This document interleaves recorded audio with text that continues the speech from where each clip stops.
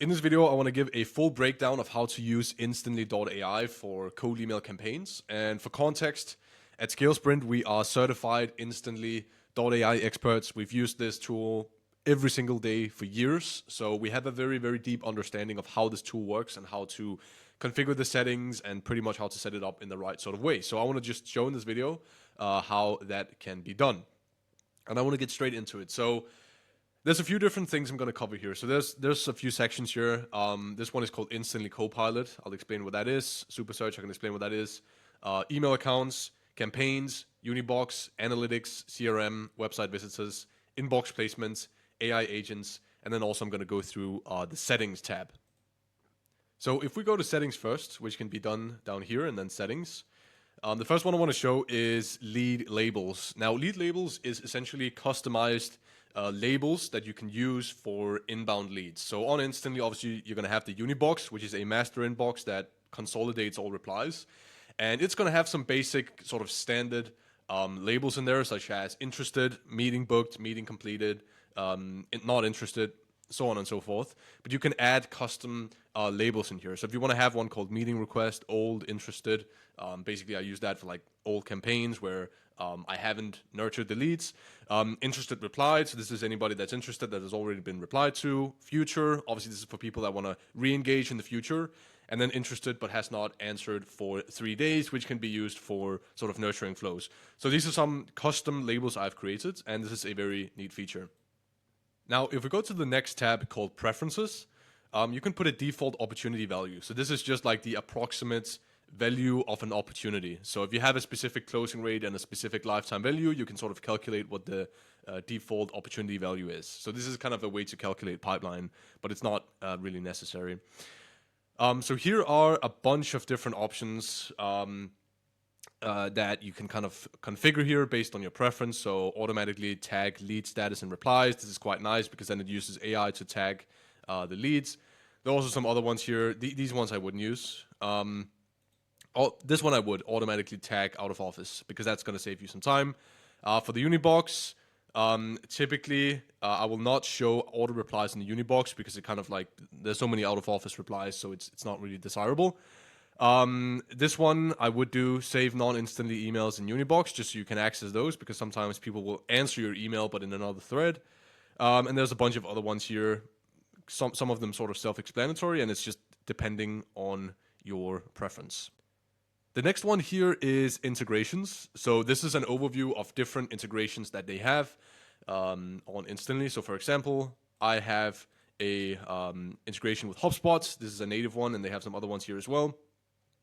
Also, I do have one with Slack so that you can get essentially notifications on Slack when a lead is marked as interested or a lead is marked as meeting booked, etc. So there's a few different options here. You can do your webhooks and API keys here, and yeah, this is where all the integrations are managed. This one here, block list. I'm not going to open this up because there's some email addresses in there, but essentially block list is also very self-explanatory. You can upload a CSV file with domains that you want to block.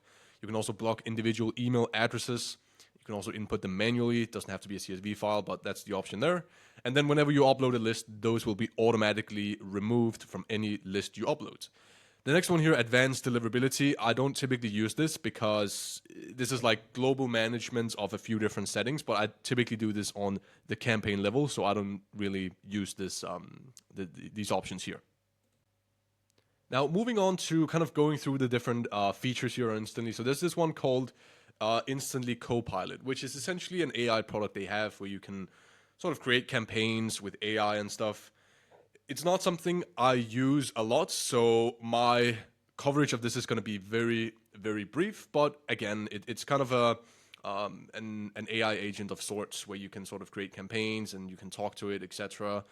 So it's their chat bot, but I don't use it all too much. I've just preferred to sort of do this myself. The next one here, Super Search, you can actually find leads within Instantly, so they have a database themselves. Again, I don't use their database. I just primarily use their sending tool, but you can, do your search with AI here. You can find, they have an example here, engineers in New York in software companies with more than 500 employees. and you can also do your sort of filtering over here. So it's an option. If you want to just consolidate every single feature on one single tool, Instantly will allow you to do this because they do have these lead databases within their tool as well. Now, the next section here is email accounts. So these are the email accounts that are going to be connected to Instantly.ai that you can allocate to campaigns, and this is sort of what facilitates the automation. This is how emails are being sent out. Instantly takes care of the automatic sending, and this is where you can connect accounts. Now, there are a lot of different ways of setting up accounts. You can do private email servers, SMTP infrastructure. You can set up just regular Google Workspace accounts and add those. You can also do it through a reseller. There's so many different ways of setting up email accounts. If you really just want to get started right away, you can do this one called pre-warmed accounts. So this is essentially Instantly, they're going to sell accounts that are already ready to go. This is going to be a very expensive option, and that's why we don't do it for our clients at ScaleSprint, because it's just expensive to do. But it's something you can do if you just want to get started right away and you don't want to sort of deal with a lot of the hassle of setting up accounts in the best possible ways. Because this is not the best possible way. They're also not going to be branded. It's going to be random domain names. So it is not optimal, but it's something that you can do. It is sort of simple to set up. And then there are also other options here. We use this one here. So connect existing accounts. So we set up accounts and then we connect them through this feature here. Now, once you have your accounts connected to Instantly, I'm going to tell you how to configure the settings of the account. So first of all, if we take this section here, this is going to show you the warm-up stats. So you can see how long you've been warming up. You can see the summary of the warm-up for the past week. And it's important to note here that these are not the most important metrics to look at, right? You might say, wow, okay, only one email was saved from spam. But in reality, the way it works with warm-up emails is a bit different to normal emails. You might have very good warm-up stats, but in reality, your cold emails are not really landing. So don't, take this with a grain of salt, the things you see here. But it's still there. It can be somewhat of an indicator of the health of the accounts. If you see like any sort of like deterioration of warm-up stats, that's probably a sign that the cold emails are also landing in spam, or definitely landing in spam. So if we go to settings here, you can add a signature here so it automatically gets done. I just do that again, on the campaign level. I don't set this up here.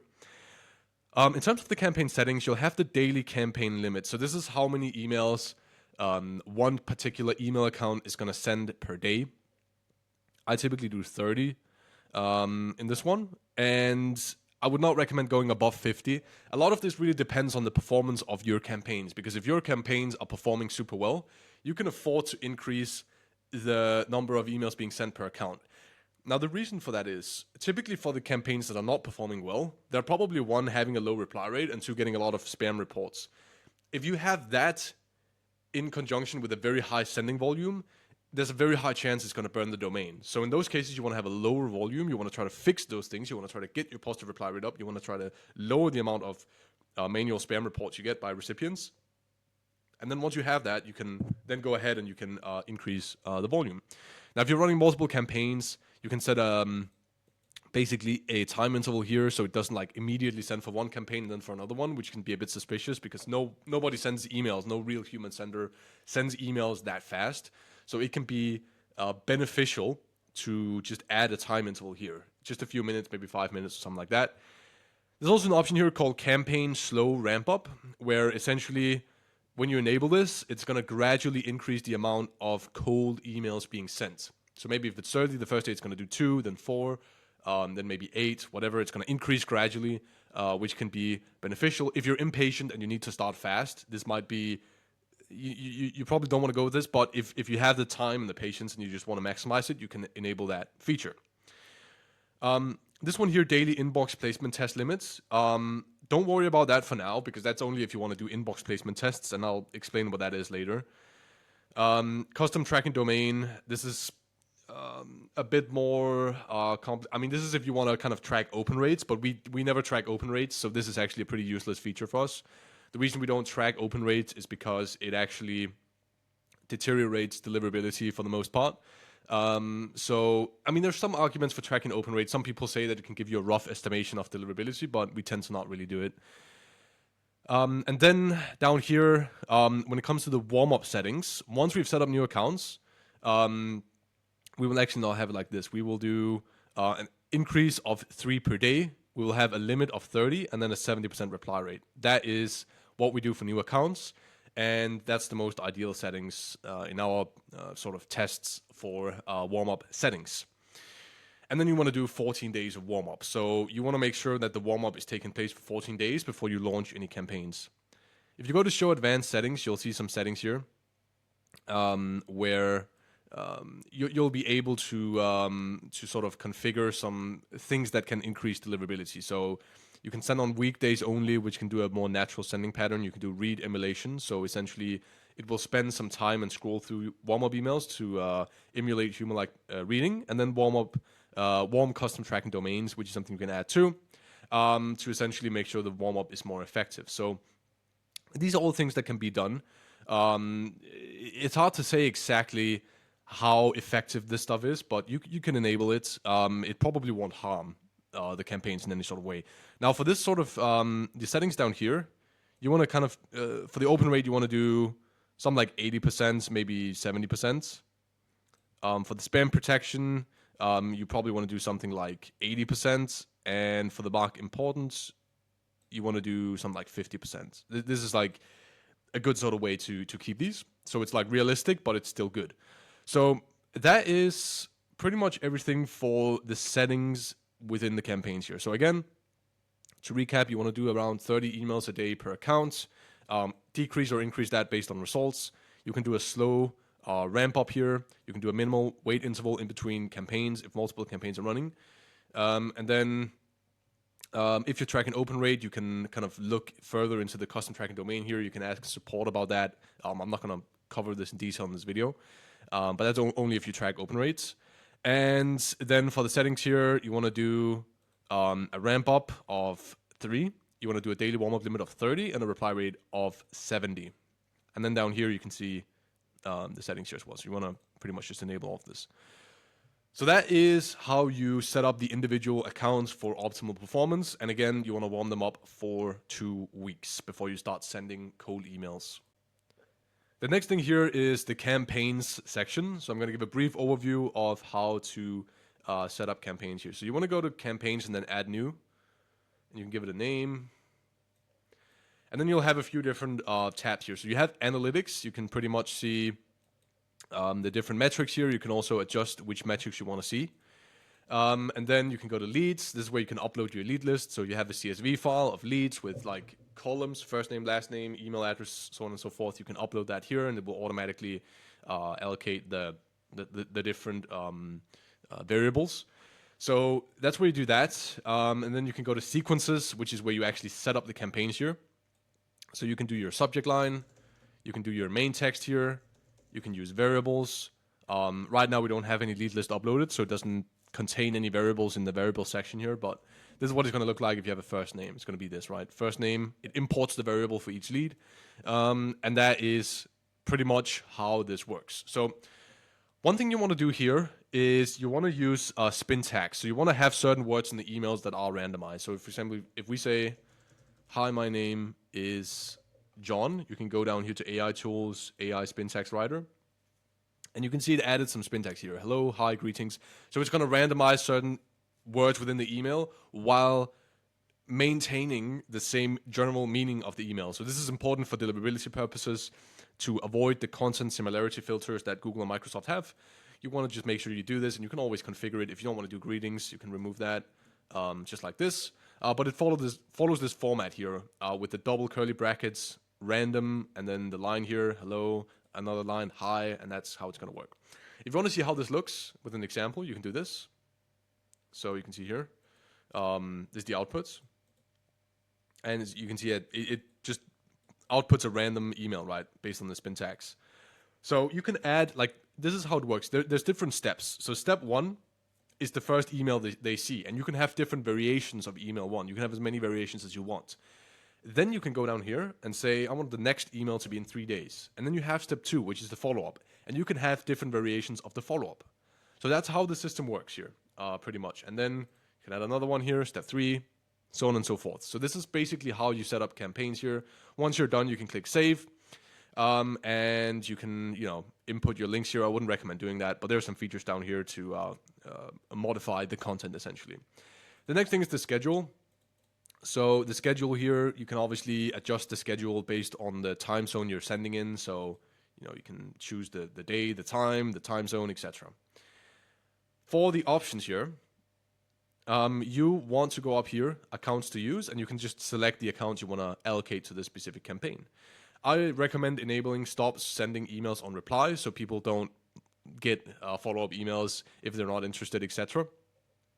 Open tracking, I would recommend not tracking opens for the reasons I mentioned earlier. Deliverability optimization, you want to make sure that this one here is enabled, so send emails as text only, no HTML. So this is going to make sure that we're not having any HTML in the emails, which is, again, beneficial for deliverability, so I always turn that on. Daily limits, you can decide what you want to do here, however many emails you want to send for this particular campaign.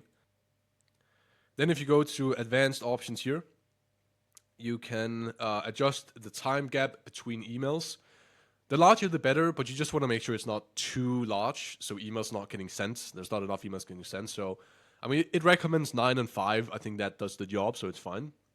You can decide how many new leads you want to target per day. So maybe you only want to target 100 new leads a day, and the rest of them are just going to be follow-ups. So you can adjust that too. And there's some other options here that I hardly ever really manage at all. These settings here. So I would just worry about the main thing, which is this. It is the daily limits. It is enabling this one, having open tracking disabled, having this one enabled, and then allocating the right accounts. Once that is done, so once we have the leads uploaded, we have the sequences made, we have the schedule adjusted, we have the accounts allocated, and we have these settings configured, you can click on resume campaign, and the campaign is now going to be live. Which brings me to the next section of the video, which is the Unibox. So I'm on the Unibox now, and as you can see here on the side, you can pretty much adjust the filtering based on lead, interested, like lead just covers everything. Interested, meeting booked, meeting completed, won, etc. So these are the different statuses. You can also filter by campaign, by inbox, by unread, etc. here if you go to more. I'm not going to show this this tab here because I don't want to show a bunch of email addresses. But essentially when you get in here, it's going to be very intuitive. So there's going to be like replies here, like a typical sort of inbox, like what a normal inbox would look like. And then you can just click on one. There'll be an interface on the right side here where you can just respond to the email. And it's pretty intuitive to do this. It's like answering emails on Gmail. You just have to kind of get used to the interface here. And then once you respond to somebody, obviously their response to that email will be shown in the same thread. So that's how you manage replies within Instantly. It can be used as a centralized inbox. You don't have to log into individual email accounts. The next section here is analytics. So essentially, pretty self-explanatory. You can see how many emails you have sent, how many opens there are if you're tracking open rates, reply rates, opportunities, which is interested replies. So you can follow everything here in terms of the analytics for the total account here. So this is like all campaigns. You can also see analytics, as I showed before, for individual campaigns, but this shows the general analytics for the entire account. And you can also adjust by time interval up here. Now, the next section here is the CRM. And the CRM is, as it would suggest, a CRM. So they have a CRM within Instantly. You can use this to track your pipeline. You can see all your leads and all the statuses of all the leads, etc. You don't have to use this. I don't use this. I just integrate it with HubSpot and use the free version of HubSpot. So I don't see a whole lot of reason to use their CRM, but it can be done. I guess there's some sort of like convenience to it if it's all within the same tool. So it can be used. It's fine. I don't think there's anything wrong with it, but I just don't personally use it myself.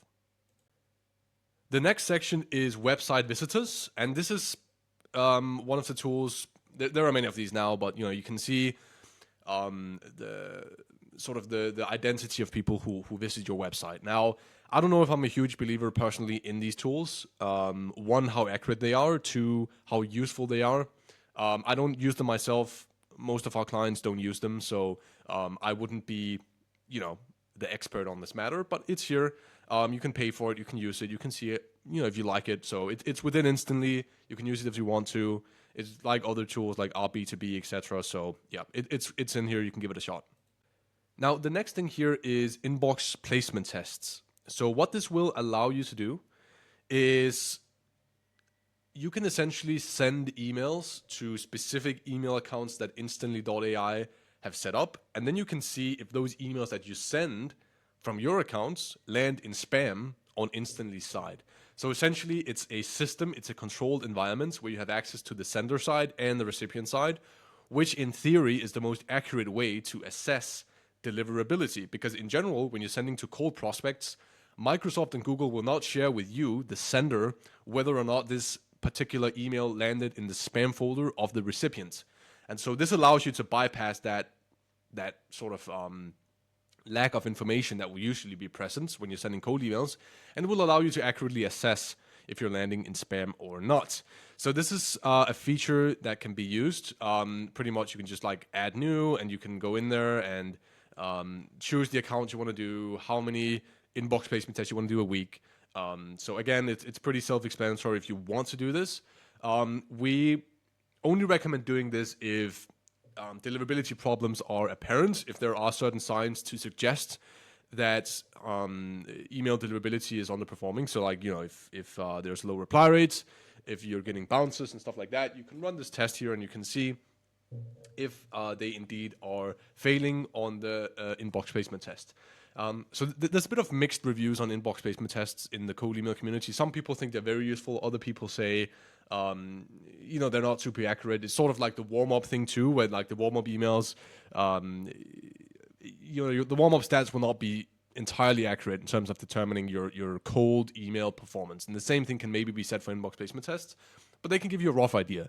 Like if you are having issues on inbox placement tests, you know for a fact it's also going to be an issue for cold.